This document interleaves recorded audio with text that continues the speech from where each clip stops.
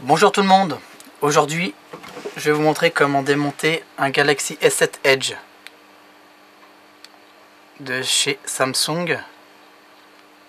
Donc c'est un peu comme le S7 normal.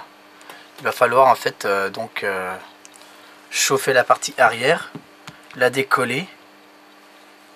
On va retirer tous les composants, donc carte mère, protection, etc. pour pouvoir après accéder à la partie avant de l'écran. Toujours comme d'hab, hein, je commande toujours mes packs Samsung. C'est parti, on va s'occuper de l'arrière. Donc toujours à 100 degrés. Hein.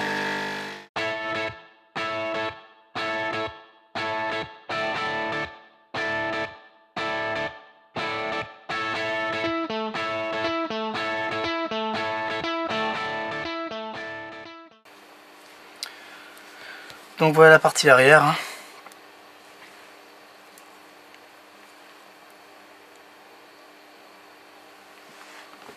On va mettre de côté.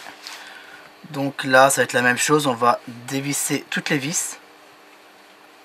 Donc là il y en a 1, 2, 3, 4, 5, 6, 7, 8, 9, 10, 11, 12. Comme pour le S7. Donc on va dévisser toutes les vis et on va retirer donc toute la partie plastique, protection plastique. Et après on va attaquer la carte mère. Je vais chercher de quoi démonter, j'ai oublié mes outils.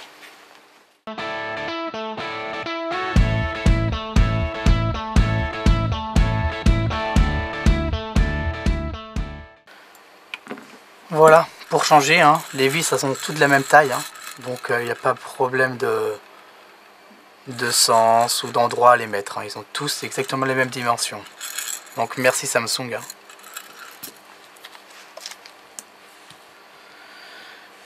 Donc maintenant on va retirer toutes les parties en plastique, hein, donc on forge jamais. Hein. Ah oui, alors on va aussi extraire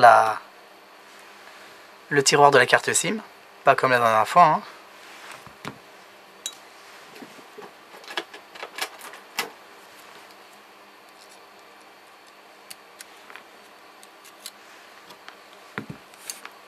Voilà.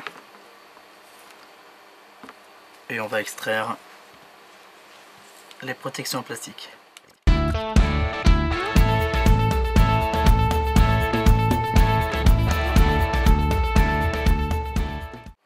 Donc j'utilise toujours des outils en plastique et souples. Comme ça si je force, j'évite d'abîmer bêtement les tout petits composants, les tout petites résistances que vous voyez là. Qui sont vraiment microscopiques. Hein. Comme pour la pose d'une puce sur une Xbox par exemple. C'est vraiment très petit. Et donc il faut être très minutieux. Donc surtout on force pas, on y va avec une petite partie en plastique et on fait des va-et-vient de gauche à droite pour que ça sorte tout seul quoi.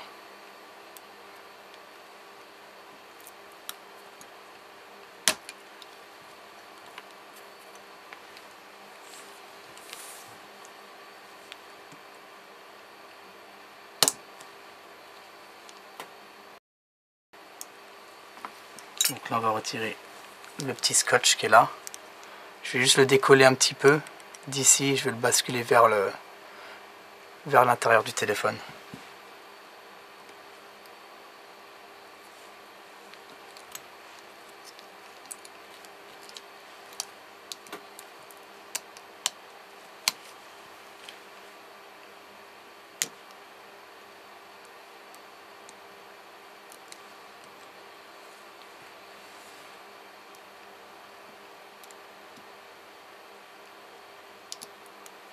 Voilà, ça suffit.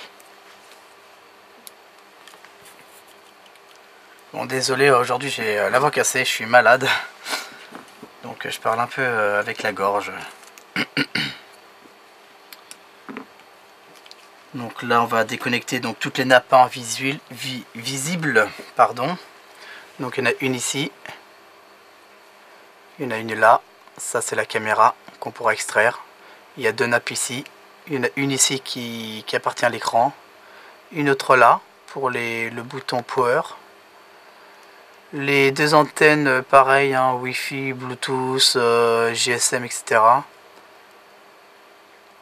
Il y a une autre nappe ici et une autre ici. Donc je pense qu'on a fait le tour. Celle-là, pas la peine de la déconnecter. Là, la petite nappe. On va essayer de retirer le maximum de... Enfin, surtout la carte mère en priorité. Pour que je puisse chauffer en fait la partie avant, quoi. Pour éviter de trop chauffer les composants internes. Et bah, malheureusement, comme je vous ai dit la dernière fois, on va pas se prendre la tête. On va laisser la batterie puisque ça va être beaucoup trop compliqué de décoller ça et sans l'endommager.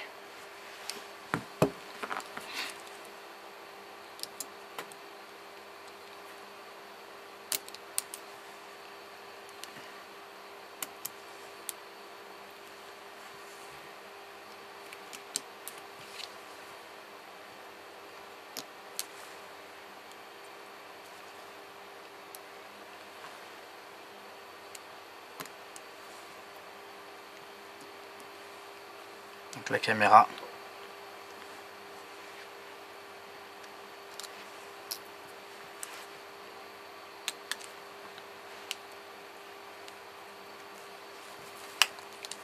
Les antennes c'est toujours délicat, donc voilà, je le maintiens avec le pouce pour éviter qu'il soit trop tordu d'un côté. Et je l'extrais juste en levant. Voilà. Voilà, je pense qu'on a fait le tour. Là, il y a encore la nappe à déconnecter, mais il va falloir donc basculer la carte mère vers le bas du téléphone pour pouvoir déconnecter la nappe qui est là. Qui va se connecter à l'intérieur de la carte mère. Qui commence à se déchausser sans problème, quoi. Sans effort. Vous voyez.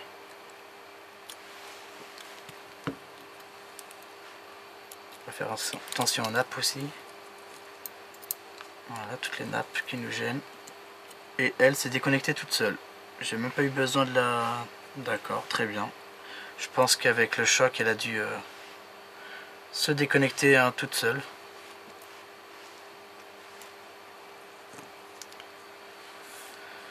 Bon, ben maintenant on va attaquer l'écran. Donc je vais commencer par le haut. Très important. Pourquoi? Parce que je vais devoir donc basculer comme un livre vers le bas l'écran, donc la partie juste vitre. Le LCD va rester collé, le LCD à l'intérieur va rester collé sur le châssis qui est en métal, pour pouvoir récupérer donc les fameuses petites nappes tactiles qui sont juste là.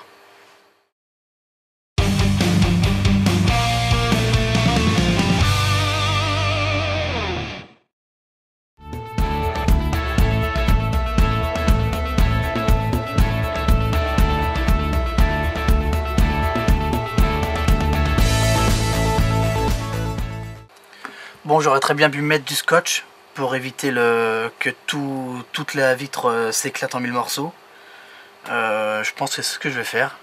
Puisque là, elle est vraiment trop abîmée. Et là, vous voyez, j'ai déjà retiré un petit bout de verre. Alors là, c'est transparent, donc je ne sais pas si vous allez pouvoir voir.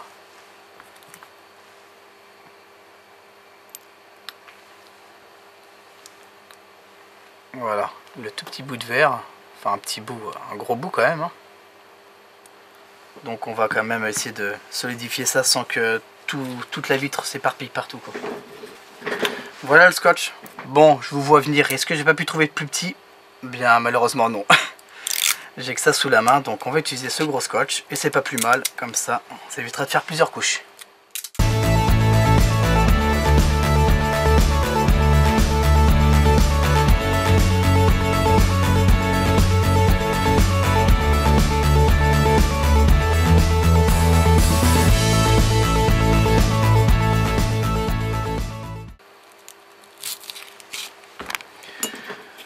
Voilà, ça n'a pas été facile, plein de bouts de verre, donc à la différence de l'autre, donc comme ça on voit vraiment deux types d'étapes.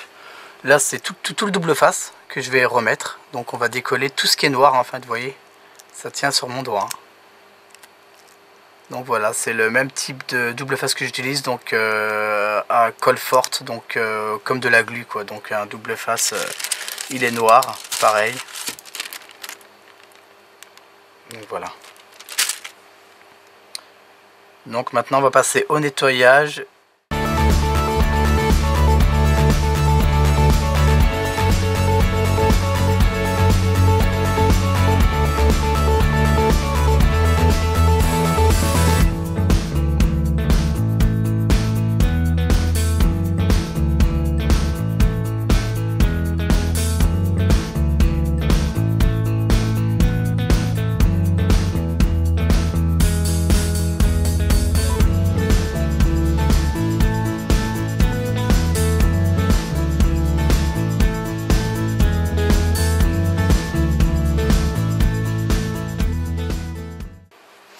Maintenant que le double face est retiré, il faut retirer donc les plastiques qui sont sur l'écran.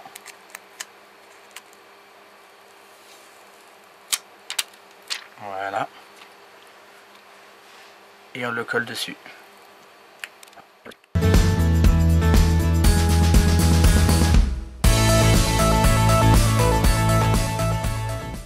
Voilà déjà un petit aperçu.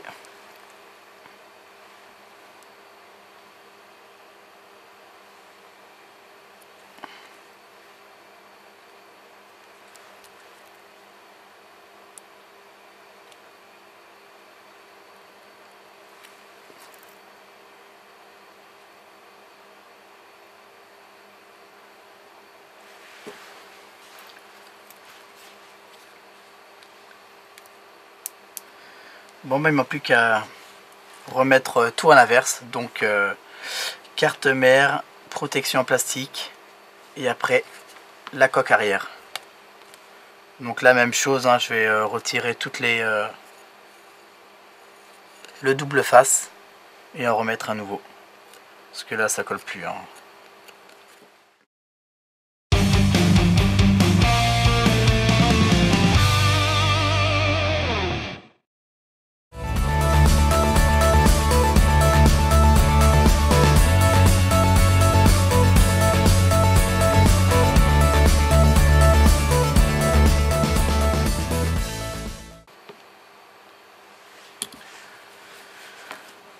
Bon, il n'y a plus qu'à nettoyer la coque et la monter derrière l'écran.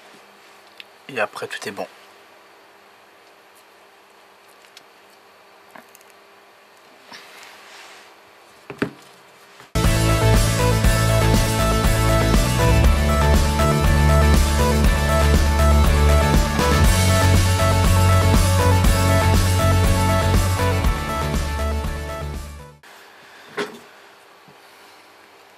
Bon, plus qu'à remettre la coque arrière.